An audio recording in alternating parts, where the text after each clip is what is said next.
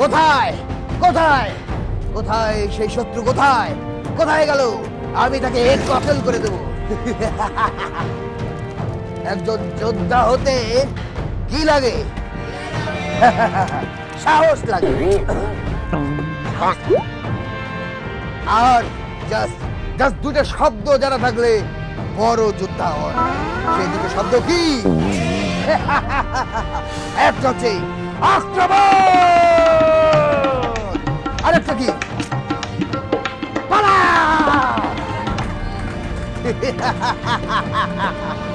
আজকে সবগুলোকে একবারে কতল করে দেবো যদি পারফরমেন্স ঠিক মতো না হয়। এপাশে রয়েছে কিমিয়া ম্যাডাম, জোরে একটা হাত তালি দিল। হামিদা, দারুণ লাগছে তোমাকে। এমন ভাবে এরকম করছে মনে হয় শেষ, যাও চলে যাও। বাবা, আশটুর ওর জন্য একটা হাত তালি দাও। তাহলে শুরু করা যাক, কি বলো?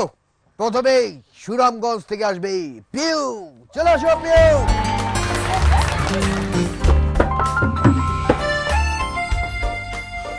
সেই দিন আমাদের রনি ভাইয়া আর সজল ভাইয়ার মধ্যে তুমুল ঝগড়া চলছে। ঝগড়ার এক পর্যায়ে রনি ভাইয়া সজল ভাইয়ার গালে ঠাস করে কষিয়ে একটা চড় লাগিয়ে দিলেন। সজল ভাইয়া রেগে গিয়ে বললেন, কি তুই আমার গায়ে হাত তুললি? রনি ভাইয়া ভেবে দেখলেন আসলে কাজটা অন্যায় হয়ে গেছে, তাই একটু নরম সুরে তিনি বললেন, আরে না না, চড়টা আমি তোকে ভালোবেসে মেরেছি। ঠিক তখন সজল ভাইয়া রনি ভাইয়ার দুই গালে দুইটা ঠাস করে কষিয়ে চড় লাগিয়ে দিলেন। রনি ভাইয়া তো অবাক, কি তুইও আমাকে? তুই কি ভেবেছিস আমি তোকে কম ভালোবাসি? সেই দিন আমাদের রনি ভাইয়া টুকু ভাইয়াকে বললেন, কি রে টুকু, বাড়ি পাহারা দেওয়ার জন্য যে কুকুরটা কিনলি সেটা কেমন? অপূর্ব। রাতে যদি বাড়িতে চোর ঢুকে তুই আস্তে করে কুকুরটাকে শুধু একটু জাগিয়ে দিস, দেখবি কেমন ঘেউ ঘেউ করে। সেই দিন আমাদের রনি ভাইয়া টিভিতে ক্রিকেট খেলা দেখছিলেন। ঠিক তখন তার স্ত্রী এসে বললেন, এই খেলার চ্যানেল পাল্টাও, আমি এখন রেসিপি অনুষ্ঠান দেখব। রেসিপির অনুষ্ঠান দেখে কি হবে? তুমি কোনোদিনও ওসব রান্না করবে নাকি? এই বয়সে তুমি বা ক্রিকেট খেলা দেখো কোন আক্কেলে? ক্রিকেট খেলবে নাকি? সেই দিন রনি ভাইয়া কোমরের ব্যথা নিয়ে ডাক্তারের কাছে গেলেন। ডাক্তার টিপে টিপে পরখ করছিলেন। লাগে? হ্যাঁ লাগে। এখানে লাগে? হ্যাঁ লাগে। এখানেও লাগে? হ্যাঁ লাগে। আশ্চর্য, এখানে লাগে? হ্যাঁ লাগে। ধুরো মিয়া, কি লাগে? আরাম লাগে। কেমন লাগলো তোমাদের বলো? আজকে খুব খুশি হয়েছি, তোমার জোকস গুলো দারুণ দারুণ দারুণ লেগেছে, খুব খুব ভালো লেগেছে। তোমাকে আমি একটা কথা বলতে চাই, তোমার এটা দেখে আমার যেটা মনে বললো, একবার আমি এই এই এই পায়জামা পরে খুব দরকার হলো, আমি ভেতরে গেলাম, যে ওমা ফিতা খুলতে পারি না, আরে বাবা ফিতা খুলতে পারি না। তারপর দর্জিকে ধরলাম, এরপর এমন ভাবে বানিয়ে দিবি যেন কোনো প্রবলেম যেন না হয়। তারপর সে বানিয়ে দিল, এবং সেই আধুনিক সেই পায়জামাকেই বলে লুঙ্গি। হাততালি দেওয়ার জন্যে। এবার সেই আধুনিক পায়জামা পরেই এই মঞ্চ কাঁপাতে আসবে ঢাকা থেকে আরবি।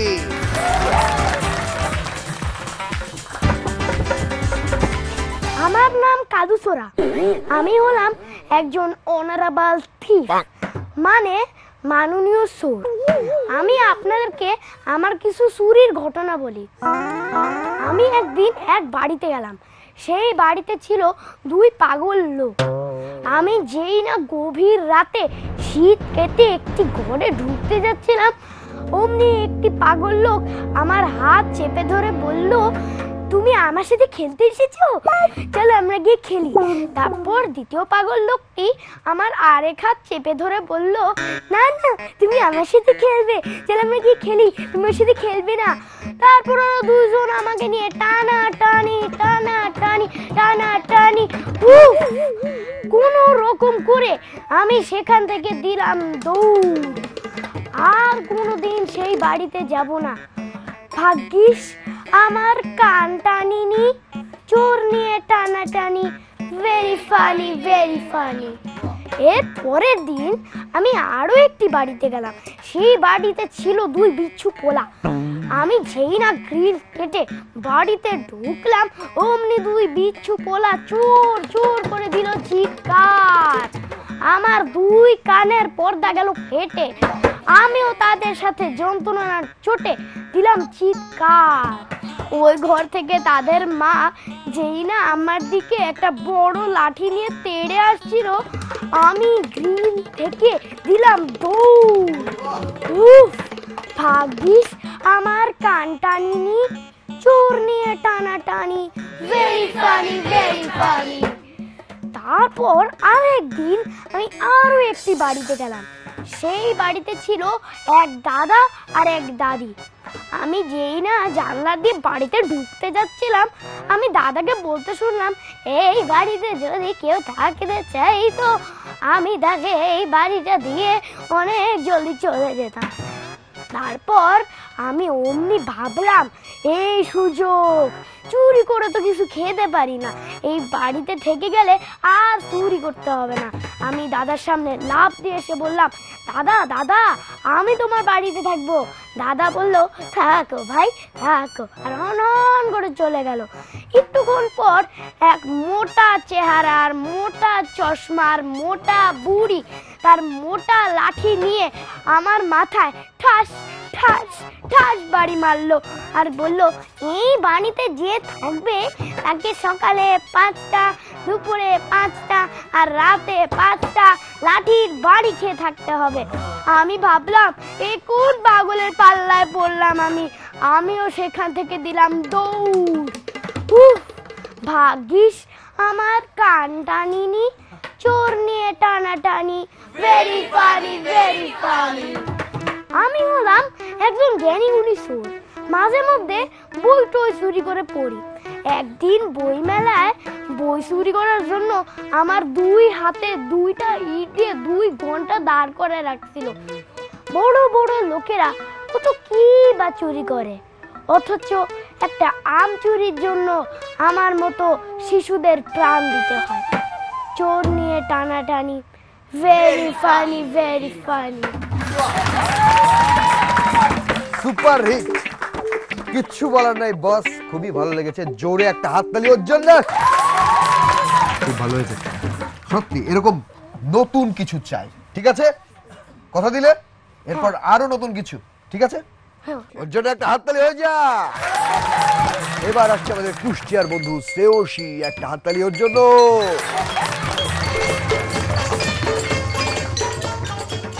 সেবার গ্রীষ্মের ছুটিতে দাদি বাড়িতে বেড়াতে গিয়েছিলাম। দাদি নানান খাবারের আয়োজন করেছিল।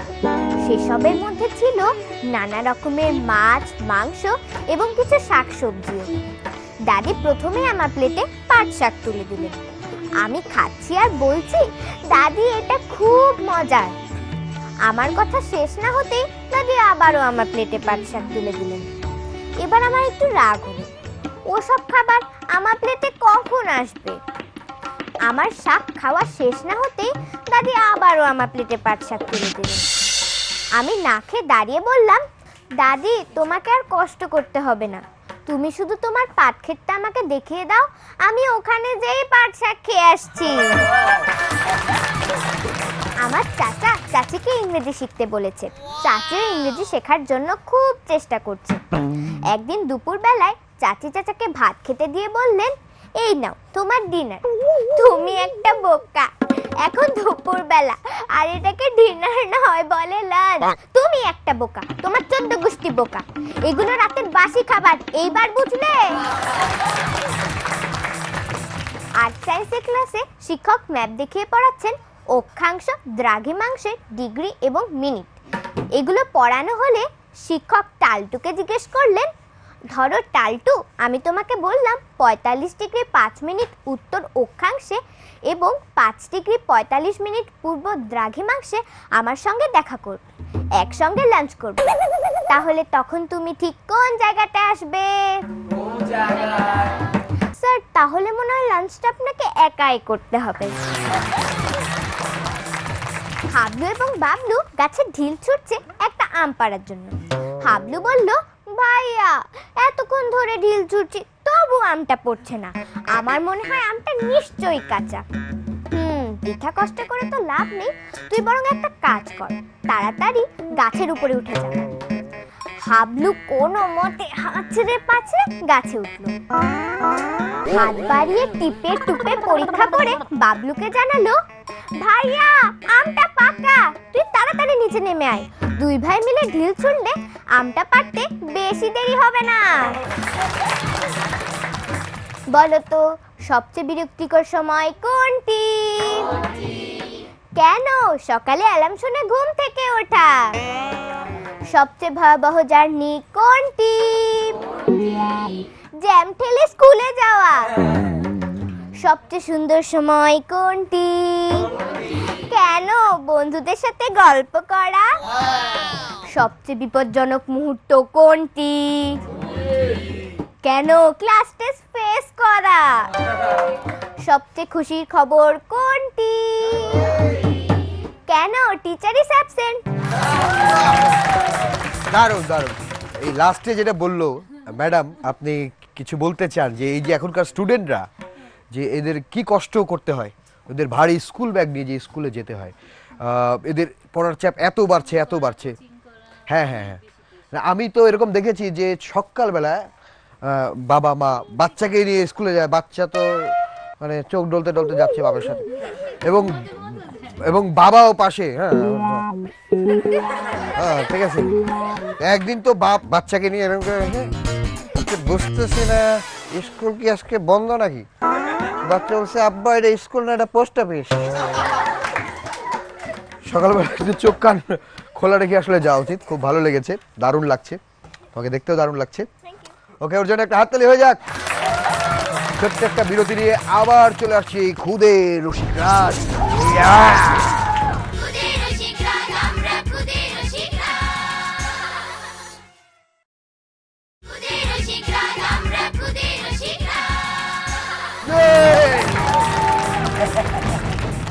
একবার কি হয়েছিল জানো? একবার আমাকে সৈন্যবাহিনী থেকে বের করে দিতে চেয়েছিল। কি কারণে বলো তো? সৈন্যরা যখন চারদিক থেকে আমাদের ঘিরে ফেলেছে, একেবারে সবাই আক্রমণ করছে, শেষ পর্যন্ত উপায় না দেখে রাজা আমাকে বললো, যাও ট্যাঙ্ক নিয়ে আসো। আমি বললাম ঠিক আছে, আমি গেলাম, হুজুর নিয়ে আসছি, পানির ট্যাঙ্কি নিয়ে এসছি। বিরতির পর আবার চলে আসলাম খুদে রসিকরাজ নিয়ে। এবার আসবে আমাদের সাতক্ষীরার বন্ধু, আসবে মিলি।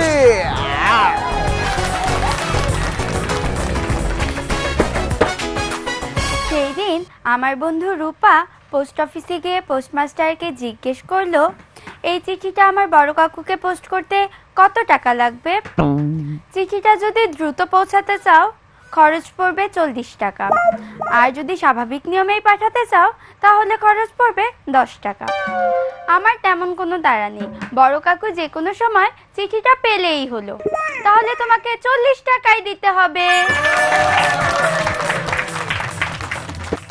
একদিন রনি ভাইয়া গভীর রাতে নিচতলা থেকে চিৎকার করে তিনতলার উদ্দেশ্যে বলল, তালা খুলতে পারছি না, তুমি কি শুনতে পাচ্ছ বাবা? আমাকে একটু হেল্প করো প্লিজ। তিনতলা থেকে রনি ভাইয়ার বাবা আজমত চাচা বলল, কি হলো, এত চেঁচামেচি করছিস কেন? চাবি খুঁজে পাচ্ছি না বাবা। কতদিন তোকে বলেছি রাত করে বাড়ি ফিরিস না, এই নে চাবি। না না বাবা, চাবি লাগবে না, চাবি তো আমার হাতেই আছে, তালাটা যে খুঁজে পাচ্ছি না, তুমি বরং একটা তালা ফেলো নিচে। বনের মধ্যে ঘুরঘুর করছিল একটা শিয়াল। হঠাৎ সে খেয়াল করলো একটা চিতাবাঘ চুপি চুপি তার দিকে আসছে। শিয়াল একটা বুদ্ধি বের করলো, কাছেই কতগুলো শুকনো হাড় দেখতে পেয়ে চিতার সামনের পথে পেছনে ফিরে একটা হাড় চিবোতে শুরু করলো। চিতাটা একেবারে কাছাকাছি আসতেই তাকে শুনিয়ে শুনিয়ে বলল, ওহ, এইমাত্র যে চিতাটা খেলাম সেটা আসলেই খুব মজার ছিল। এ কথা শুনেই ভয় পেয়ে ঝোপের পেছনে গিয়ে লুকালো সে। হাফ ছেড়ে বাঁচল শিয়াল। এদিকে হয়েছে কি, একটা বানর গাছের ওপর থেকে গোটা ঘটনাটা দেখেছে। শিয়ালের সঙ্গে তার বহুদিনের ঝামেলা। সে ঠিক করলো চিতার কাছে গিয়ে শিয়ালের চালাকি ফাঁস করবে। সে চিতার কাছে গিয়ে সবিস্তারে জানালো যে শিয়ালটাকে কিভাবে বোকা বানিয়েছে। শুনে তেলে বেগুনে জ্বলে উঠলো চিতা। কি আমার সঙ্গে মামতোবাজি? আর শিয়াল ব্যাটার একদিন কি আমার একদিন, আয় তুই আমার পিঠে ওঠ, তোকে নিয়েই আর শিয়াল ব্যাটার 12টা বাজাবো। এই বলে বানরকে পিঠে নিয়ে আবার শিয়ালের দিকে এগোলো সে। শিয়াল তাদের আসতে দেখেই নতুন বুদ্ধি এঁটে ফেললো। তারা একেবারে কাছাকাছি আসতেই গজগজ করে বলল, হতচ্ছাড়া বানরটা যে কোথায় গেল? সেই 1 ঘন্টা আগে পাঠালাম বেটাকে, ফুসলিয়ে ফুসলিয়ে আরেকটা চিতাবাঘ নিয়ে আসছে। একটা নামকরা ভ্যাকুয়াম ক্লিনার কোম্পানির এক সেলসম্যান দরজায় নক করলে দরজা খুললো অনুপ। সেলসম্যান দ্রুত লিভিং রুমে ঢুকে এক ব্যাগ গোবর ফ্লোরে ছড়িয়ে দিয়ে বলল, ম্যাডাম নেক্সট 3 মিনিটের মধ্যে যদি এ পুরো গোবরটুকু আমাদের কোম্পানির ভ্যাকুয়াম ক্লিনার দিয়ে পরিষ্কার করতে না পারি তাহলে গোবরটা আমি খেয়ে ফেলব। তা গোবরটা খেতে তোমাকে কি দেব, চিলি নাকি টমেটো সস? কেন ম্যাডাম এ কথা কেন বলছেন? কারণ 8 ঘন্টা ধরে বাসায় ইলেকট্রিসিটি নেই, পরবর্তী 30 মিনিটেও ইলেকট্রিসিটি আসার সম্ভাবনা কম। তাই নেক্সট 3 মিনিটে তোমার ভ্যাকুয়াম ক্লিনার দিয়ে গোবর পরিষ্কার করা হচ্ছে না। দারুণ হয়েছে, ওর জন্য একটা হাততালি হয়ে যাক। এবার আসছে আমাদের ফরিদপুরের বন্ধু, আসছে বর্ণা। সেদিন আমাকে রনি ভাই এক দোকানে যাইয়ে ইচ্ছা মতো টুপি দেখতেছে। টুপি দেখতে দেখতে হঠাৎ করে একটা টুপি পছন্দ করে কয়, ভাই এটার দাম কত? এটার দাম লাগবে না, মাথায় দিয়ে বাইরন দোকানের তে। কি দোকানের তে পারবো মানে? এটা পরে আইছিলেন, এটা পরে বাইরন। এরপরে আবার রনি ভাই আবার ডাক্তারের কাছে যাবি। তা তার ছোট ভাই কইছে, কি রে ভাই এত বেলা হয়ে গেল, ডাক্তারের কাছে যাবি না তুই? আর না রে মনি, শরীরটা কেমন খারাপ খারাপ লাগতেছে, ডাক্তারের কাছে আর যাবো না। সেদিন রনি বাইরে সজল ভাই কইছে, এই গড়ে না সারা ইন্দুর হইছে, ইন্দুরি জ্বালায় ঘরে থাকতে পারতেছি না। ইন্দুর হইছে তা একটা ফান্ড কিনে নে। দূর ফান্ড দিয়ে কি হবি, টাকা নেই। তা টাকা নাই, আচ্ছা ফান্ড আমি কিনে দিতেছি, তুই খালি 1 টুকরো মাংস কিনিস। মাংস? তুই ফান্ড কিনতে পারি না, তুই মাংস কিনবার আইছিস। আচ্ছা ঠিক আছে, তাহলে মাছের কাটা দিস।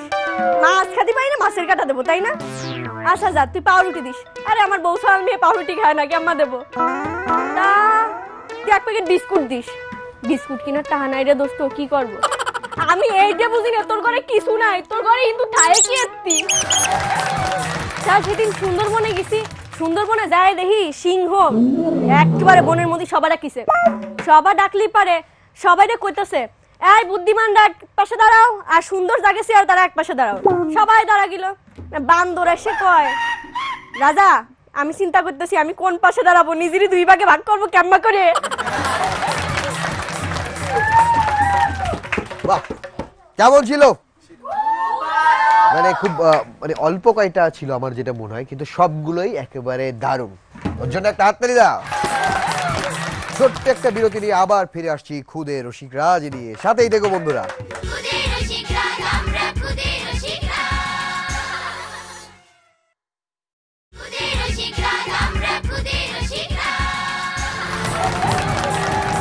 বিরতির পর সবাইকে আবার আমন্ত্রণ খুদে রসিক রাজে। সবাই যুদ্ধে যাওয়ার আগে কি করে? তলোয়ার ধার দেয়। আমরা কি করি?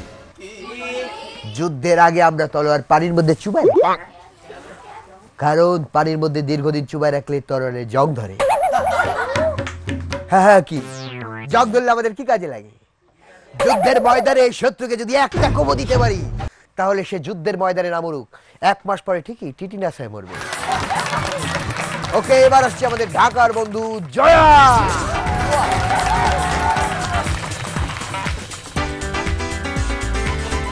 একদিন আমার ছোট খালামণি গেলেন কেনাকাটা করতে। তো ক্যাশ কাউন্টারে দাম দেওয়ার জন্য তিনি তার পার্সটি খুললেন। পার্স খোলার সঙ্গে সঙ্গে বেরিয়ে এলো টিভি রিমোট। টিভির রিমোটটি দেখে ক্যাশিয়ার জিজ্ঞেস না করে থাকতে পারলেন না খালামণিকে, আপু আপনি কি সব সময় টিভি রিমোটটি আপনার সঙ্গে রাখেন? আরে না বোকা, যখন আমার স্বামী আমার সঙ্গে শপিং এ না এসে বাসায় বসে টিভি দেখে শুধু তখনই আনি। এই কথা শোনার কিছুক্ষণ পর ক্যাশিয়ার হাসতে হাসতে খালামণির ব্যাগ থেকে কেনা সব জিনিসগুলো বের করে আবার সাজিয়ে রাখতে শুরু করলো। খালামণি তো অবাক। তখন সে বলল, আপনি আমার জিনিসগুলো সব বের করে আবার সাজিয়ে রাখছেন কেন? আপনার স্বামী আপনার ক্রেডিট কার্ডটা বন্ধ করে দিয়েছে, সম্ভবত রিমোটটা নিয়ে আসার প্রতিশোধ। তখন খালামণি সঙ্গে সঙ্গে তার পার্স থেকে খালুর ক্রেডিট কার্ডটা বের করে ক্যাশিয়ারকে দিয়ে বলল, আমি জানতাম ও এরকম কিছু একটাই করবে, তাই তো সঙ্গে করে ওর ক্রেডিট কার্ডটাও নিয়ে এসেছি, ওরটা নিশ্চয়ই বন্ধ করবে না। হোয়াইট হাউসের বাগানের বেষ্টনী ভেঙে গিয়েছে, মেরামতের জন্য দরপত্রে আহ্বান করা হলো। দরপত্রে 3 জন কন্ট্রাক্টর সাড়া দিল। সেখানে একজন ছিলেন ভারতীয়, একজন ছিলেন চীনা, আরেকজন ছিলেন বাংলাদেশি। ভারতীয় কন্ট্রাক্টর প্রথমে এই বাগানটি অনেকক্ষণ ধরে পরিদর্শন করলেন, আবার ফিতা দিয়ে মাপলেন এবং অনেক হিসাব নিকাশ করে বললেন, এই কাজটার জন্য আমাকে $900 দিতে হবে। $400 প্রয়োজনীয় জিনিসপত্রের জন্য, $400 শ্রমিকদের জন্য, আর $100 আমার। এরপর চীনা কন্ট্রাক্টরও অনেকক্ষণ ফিতা দিয়ে মেপে জোকে হিসাব নিকাশ করে বললেন, এই কাজের জন্য আমাকে $700 দিতে হবে। $300 প্রয়োজনীয় জিনিসপত্রের জন্য, $300 শ্রমিকদের জন্য, আর $100 আমার। এরপর বাংলাদেশীয় কন্ট্রাক্টর তো কিছু না মেপে হঠাৎ করে বলল, এই কাজের জন্য আমাকে $2700 দিতে হবে। তখন হোয়াইট হাউসের প্রতিনিধি তো অবাক, আপনি কোনো হিসাব ছাড়াই এত ডলার চাচ্ছেন কিভাবে? তখন বাংলাদেশি কন্ট্রাক্টর বলল, এই যে $1000 আমার, $1000 আপনার, আর $700 দিয়ে আমি চীনা কন্ট্রাক্টরদের কিনে নিব। আমাদের সাজ্জাদ ভাইয়া খুবই মিথ্যাবাদী, কয়েকদিন পর পর মিথ্যা কথা বলে সে বসের কাছ থেকে ছুটি নেয়। বস, আমার স্ত্রী না খুবই অসুস্থ, আমার না ছুটি লাগবো, আমার গ্রামে যাইতে হইব। কিন্তু তোমার স্ত্রীর চিঠি এসেছিল কয়েকদিন আগে, সে বলেছে আমার স্বামী খুবই মিথ্যা কথা বলে। কয়েকদিন পর পর বায়না ধরে ধরে সে গ্রামে আসে, সে ছুটি চেলে আপনি তাকে কিছুতেই ছুটি দিবেন না। বস, মিথ্যা কি একলা আমি কই, আপনি অত কম কর না। কেন কেন কেন কি হয়েছে? কারণ আমি তো এখনো বিয়েই করি নাই।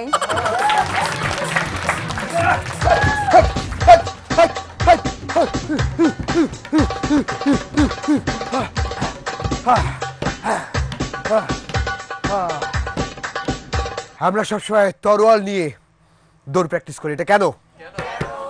যুদ্ধের সময় কাজে লাগবে, তা বুঝলে না? যুদ্ধের সময় যে কোনো একটা কাজে লাগবে, হয় তরোয়াল নাইলে দৌড়। ওর জন্য একটা হাততালি দিয়ে দাও। এবার আসছি আমাদের আরেক বন্ধু ঢাকা থেকে,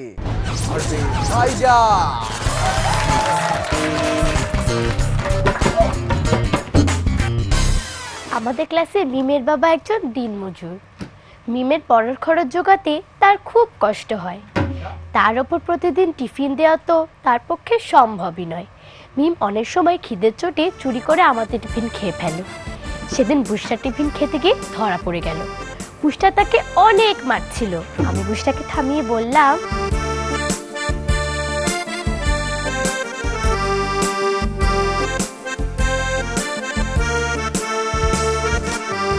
দোষ দেখে ভুল করো না, দোষটা তো নয় মনের ভাবনা, মানুষের ভেতরের আসল তো কেউ দেখে না। বন্ধু আর শত্রু মিলে তাই ঘোলা জলে মাছ ধরতে চায়, কে বন্ধু কে শত্রু কিছুই বোঝা যায় না। দেখে শুনে তাই পথ চলো ভাই, দোষে দেখে ভুল করো না, দোষটা তো নয় মনের ভাবনা।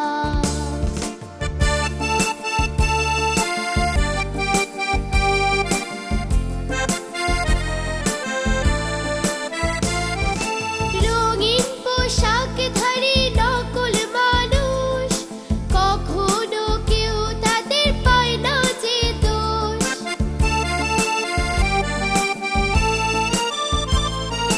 রঙিন পোশাক ধারী নকল মানুষ, কখনো কেউ তাদের পায় না যে দোষ। করলে পুকুর চুরি পায় যে ছাড়া, টিফিন চুরি করলে খায় যে ধরা। আরো অনেক কিছু বলতে চাই, বলা যায় না। দেখে ভুল করো না, দোষটা তো নয় মনের ভাবনা।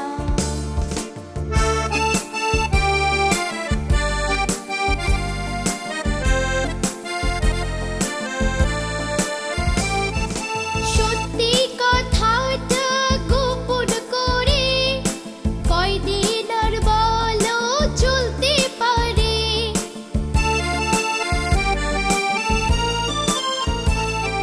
সত্যি কথাটা গোপন করে কয়দিন আর বলো চলতে পারে।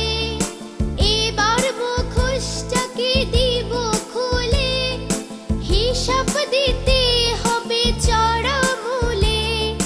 যতই সত্যটাকে ঢাকতে চাও ঢাকা যায় না।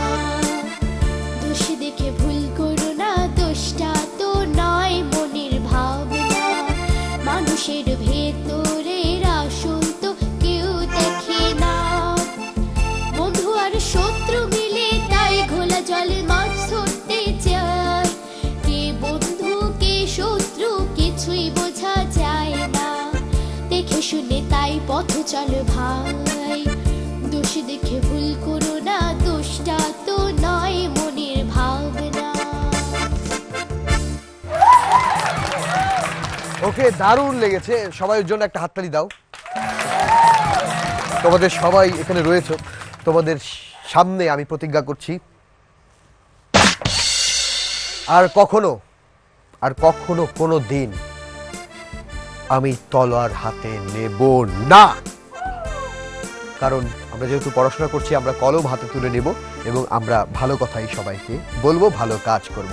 সবাই ভালো থেকো, সুস্থ থেকো। আবার দেখা হবে খুদে রসিক রাজে। দোষ দেখে ভুল করো না, দোষটা তো নয় মনের ভাবনা। মানুষের